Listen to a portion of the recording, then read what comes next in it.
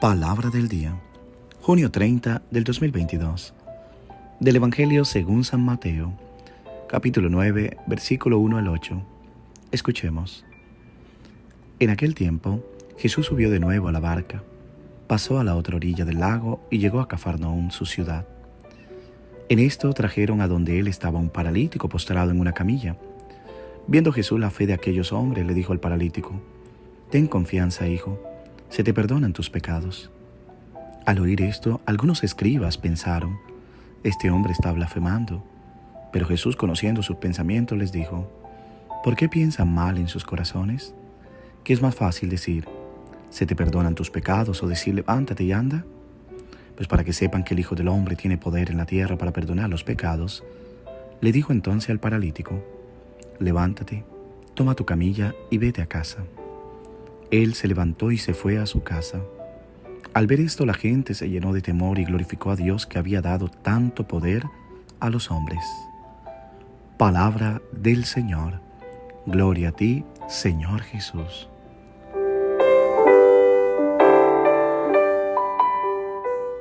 ¿Qué tal, mis queridos hermanos y hermanas? Con gran alegría te saludo, pero también con gran alegría oro al buen Dios, al Dios de la vida, al Dios que nos ama, al Dios que nos perdona, a ese Dios misericordioso, porque sane todas las heridas que hay en tu mente y en tu corazón, porque transforme tu vida y porque te haga cada día más a la manera de su amor.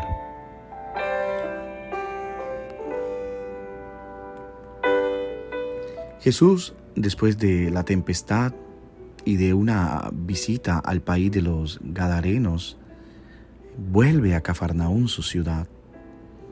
Durante el regreso tiene lugar el encuentro con el paralítico. La curación no se realiza en una casa, sino a lo largo del camino. Así pues, durante el camino que conduce a Cafarnaúm le llevaron un paralítico y Jesús se dirige a él llamándolo hijo. Un gesto de atención que pronto se convertirá en un gesto salvífico. Tus pecados te son perdonados. El perdón de los pecados que Jesús invoca sobre el paralítico de parte de Dios alude al nexo entre enfermedad, culpa y pecado. Es la primera vez que el evangelista atribuye a Jesús de manera explícita este particular poder divino. Para los judíos, la enfermedad en el hombre era considerada un castigo por los pecados cometidos. El mal físico, la enfermedad, siempre era signo y consecuencia del mal moral de los padres. Jesús restituye al hombre sobre su condición de salvado a liberarlo tanto de la enfermedad como del pecado.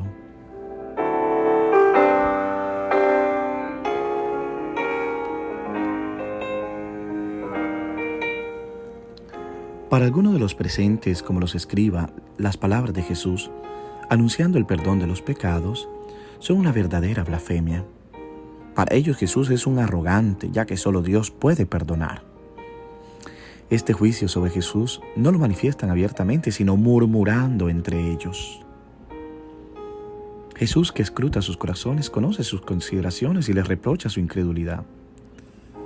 La expresión de Jesús, para que sepáis que el Hijo del Hombre tiene poder de perdonar los pecados, indica que no solo puede perdonar Dios, sino que en Jesús también pueden perdonar un hombre. Me llama la atención es la actitud de los escribas, de aquellos que enjuician a Jesús interiormente. ¿Cuántos de nosotros estamos en la misma situación cuando alguien acoge a un pecador, lo recibe y lo acepta? Cuánta murmuración y cuánto rencor en el corazón de los cristianos. Muchas veces rezamos y oramos y nos sentimos más que los demás, pero al mismo tiempo, por sentirnos así, rechazamos a nuestros hermanos.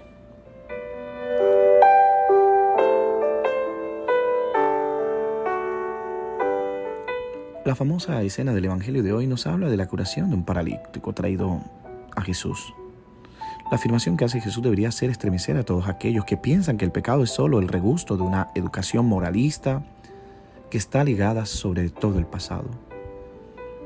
Jesús, al ver su fe, dijo al paralítico: «Ánimo, hijo, tus pecados son perdonados». Al mundo de hoy no le gusta hablar del pecado.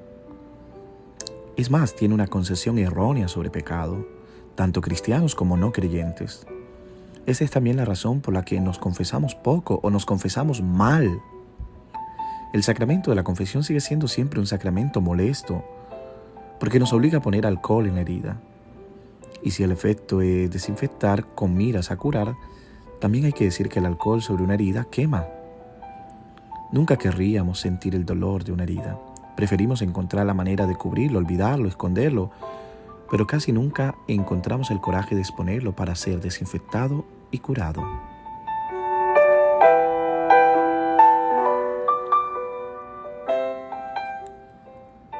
Lo bueno o lo malo es que también lo logramos, pero los efectos del pecado suelen convertirse en infelicidad para el pecador, parálisis de su voluntad, incapacidad para sentir el sabor de la vida, ira, resentimiento.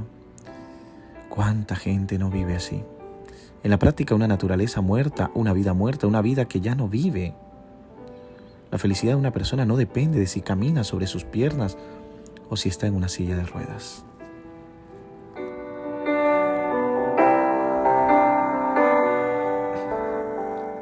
Yo diría que la felicidad de una persona depende de cuán libre sea esa vida de todo lo que puede matarla, detenerla, oscurecerla y dejar de amar. El pecado es la causa principal porque el pecado es un mal que no solo hace el mal, sino que nos hiere. En este sentido, Jesús no es principalmente un hacedor de milagros, sino aquel que puede perdonar los pecados. De hecho, el escándalo viene precisamente de estas palabras suyas. Ya lo habíamos dicho anteriormente. Ahora, para que sepáis que el Hijo del Hombre tiene potestad en la tierra de perdonar los pecados, levántate entonces, dijo el paralítico, toma tu camilla y vete. Debemos pedir perdón antes de que seamos sanados.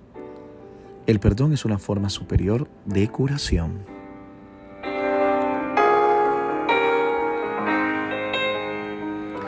La invitación, querido hermano, querida hermana, más que centrarnos como los escribas, que eran tan buenos escritores y oradores, es que nos centremos en lo importante, sanar heridas que el pecado ha dejado, pero también intentar sanar a nuestros hermanos, no de rechazarlos, no de condenarlos, no de juzgarlos, de perdonar y de amar. Que Dios te bendiga en el nombre del Padre, del Hijo y del Espíritu Santo. Amén. Como siempre, te deseo que tengas un hermoso día y reza por mí.